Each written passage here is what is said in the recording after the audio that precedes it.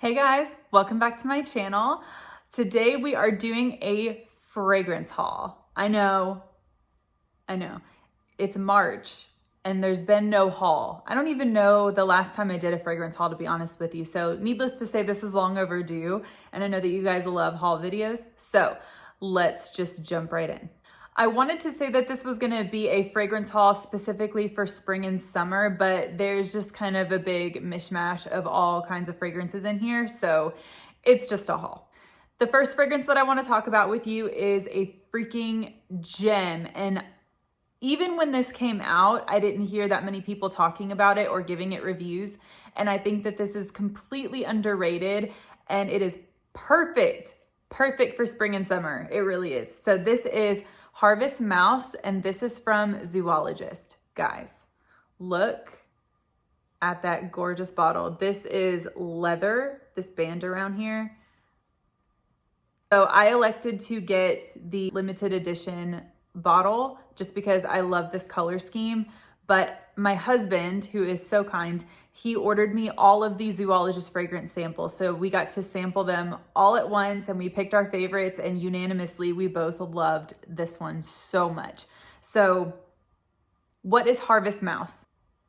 This is so beautiful. This is a vanilla heavy fragrance. This is one of the most unique vanillas out there, in my opinion. I haven't smelled anything like this yet. Actually, what I get from this is almost the feeling of like a sweet oatmeal. I don't know where that's coming from, but maybe with all of the like carbohydrate kind of notes in here, it just giving me like this beautiful sweet oatmeal. It's a beautiful vanilla. It's very light wearing. It does not go into like the heavy, dense gourmand territory. So if you really don't like sweet fragrances, I think you'll still really like this. It's so interesting. Definitely order a sample because you'll probably have to blind buy this depending on where you live. I don't think there are any boutiques that sell them, not that I've seen. There are a slew of notes in here. If I could pick out the prominent notes that are at least listed and credited, I would definitely say there's a present chamomile. There's definitely a vanilla. There's definitely like a starchiness to this, probably coming from the beer extract. It doesn't smell like beer, I promise. Do not get scared. It smells nothing like beer. If you really like Constantinople from Penhaligon's, I think you'll still really like this, but what I get is just this beautiful starchy vanilla. You must try it. It's so beautiful. A beautiful signature scent too. You will not ever smell like anybody else. This is gorgeous. I can't sing its praises enough. It is Harvest Mouse from Zoologist. The next one that I want to share with you is unfortunately discontinued. I think that this whole brand has gone out of business, if I'm not mistaken, but I have been trying for ages to get my hands on this fragrance. This is Vanilla Marble from Agonist. So Agonist Parfums, what is or was a Norwegian brand. I believe it's a husband and a wife, and it is a sister company to Crayon. I don't know if either of these brands are still in business. Please let me know in the comments down below if you know better than I do. However, Vanilla Marble is absolutely beautiful. My bottle is a little bit damaged. I don't know if you can tell, but I love that they list all of the notes here. So I'm just gonna read it. There's Persian almond, tiare blossom, tropical orchid, pure white fig, oriental amber, exotic patchouli, red sandalwood, vanilla infusion, Siam benzoin, and rich tonka bean. It is a beautiful, toasted, slightly caramelized vanilla, but very light and airy and super, super wearable. If you're sensitive to sweet fragrances, you may not like this, but it's so light that you may still enjoy it. It is so gently toasted and caramelized from that benzoin and that tonka. Those are so present in here. It's beautiful. I absolutely love this. I'm very, very sad if this is discontinued, but it was very hard to get a hold of. I think that Fragrance Net sometimes still carries it. I know that they carry others from this brand. There's definitely more that I want to get my hands on before they're completely gone. But if you can, get your hands on Vanilla Marble if you're a vanilla lover. It's really beautiful. Another fragrance that I'm so happy to share with you that I'm so excited I finally own. It has been a long time coming. It's not a new fragrance at all. I've just not owned it. This is Ange Ou Demon from Givenchy, just the OG. There's tons of flankers of this fragrance, but in my opinion, nothing compares to the original. And this is one of those hidden gems that nobody talks about. Nobody talks about this fragrance, and I just don't understand why. It's stunning. The bottle is so obnoxious though. Like, I feel like I'm gonna stab a vampire in the heart or something with this. So I store it without the cap because it doesn't fit in my drawer. This is sexy stuff, you guys. This is sexy stuff. I feel like this is a less challenging sister of Coco Noir from Chanel. They don't smell the same, but they can definitely sit next to each other. So there is vanilla in here, but I would certainly not call this a vanilla fragrance. What makes this so interesting to me is that it is a combination of thyme, saffron, and mandarin that make this so unique. So there is a touch of darkness in here. Although it's an aromatic fragrance, it feels like a very deep fragrance, but it's not so deep that you couldn't wear it in the springtime. In Houston, I think this would be a little bit annoying in the summertime, but especially fall and winter, absolutely beautiful. This is signature scent worthy for sure. Again, lots of flankers, but I highly recommend the OG. This has been around for a really long time, and I think that it is hiding in plain sight. I think that if more people tried this, you would absolutely love it. So anyway, I will stop singing its praises. I'm not paid to do that, but that is Ange Ou Demon, the original from Givenchy. The next one I want to share with you is Blackberry Lily from the Seven Virtues. Now, I hear that this one is discontinued as well, which is really sad. But if it is discontinued, fear not, because I have tried the Amethyst Exquise version by Lalique, not the original Amethyst, Amethyst Exquise. If you can get your hands on that, I feel like this is so similar. The original Amethyst is too fresh and too tart and too watery, in my opinion, to be compared to this. This is a lot deeper. So you really do get that juiciness, that really dark, prominent juiciness from the Blackberry. And then the floralness from the Lily really balances out and keeps it from being too sweet and too cloying.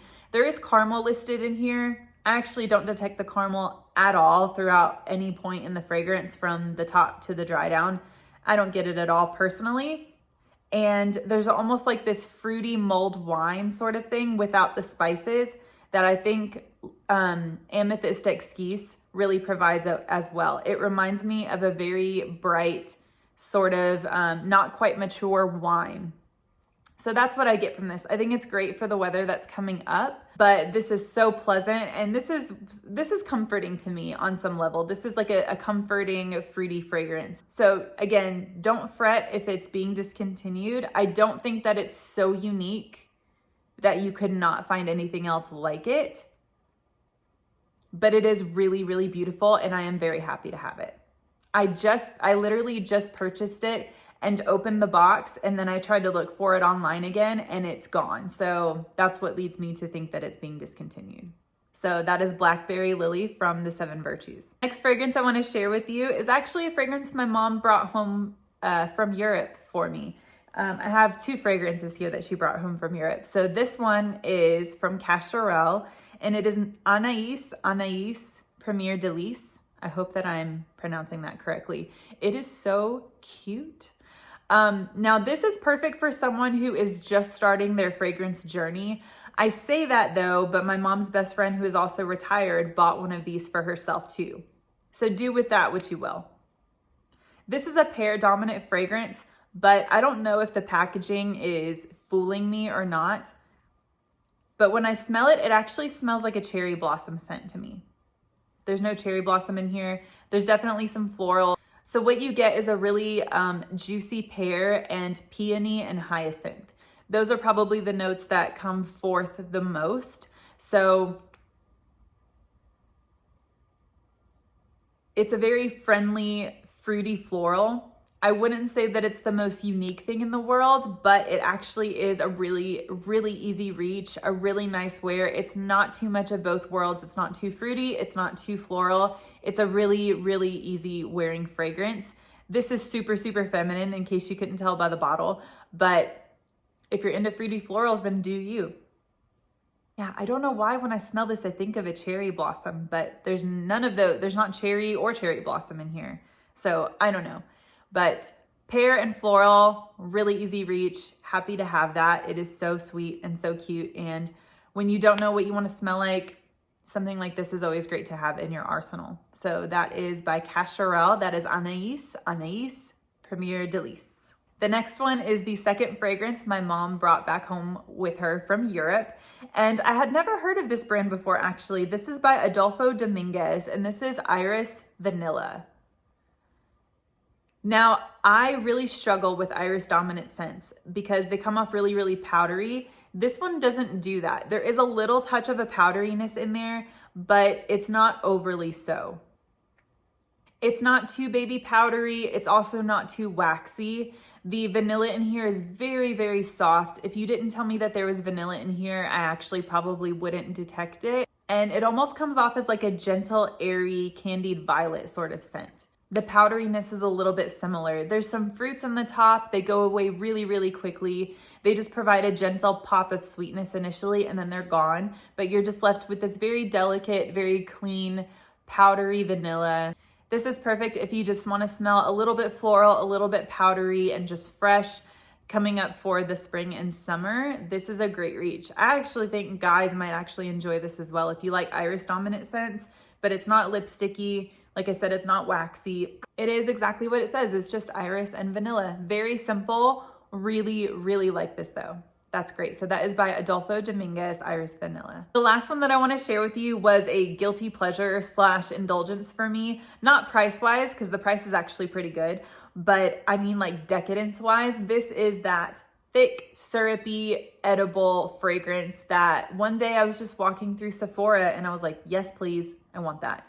So this is by Sol de Janeiro, and this is number 71. This is edible as edible can be. Oh my gosh. This just makes me smile because it's just one of those feel good, just because I want to, just for the heck of it kind of fragrances. I love fragrance, but sometimes it just doesn't need to be that serious. For a body spray, this lasts forever. Forever. This is gonna last you 11 to 12 hours easily. And I don't know how they do it. I have tried all of the offerings from this line and I actually didn't care for any of them except for this one. The notes are also on here and it is exactly as advertised. It's cashmere, it's caramelized vanilla, toasted macadamia, and tonka bean. 100% you get all of those notes. The macadamia is actually really, really prominent in here. There is a definite nuttiness to this. And it's almost like white chocolate chip macadamia nut cookies are baking in the oven. There is warmth to this. It is edible. It is sweet. It is making me salivate. So yeah, it just doesn't get any more edible than this. So if that is your jam, then I highly recommend that you check this out. I think this cost me $24. It really wasn't that bad. And for the longevity, and there's no way you're gonna go through all of this in my opinion, because it's so edible and it's so strong. This little guy is gonna last me forever. So anyway, that is Sol de Janeiro, number 71. All right, guys, thank you for struggling through like my throat clearing and my congestion, because as soon as the pollen hit here in Houston, my sinuses were not having it. So if I'm a little bit more nasally than normal, I apologize. But that is my fragrance haul for today. Thank you so much for joining me. Please leave any comments down below and I will catch up with you guys in the next one. Thank you. Bye.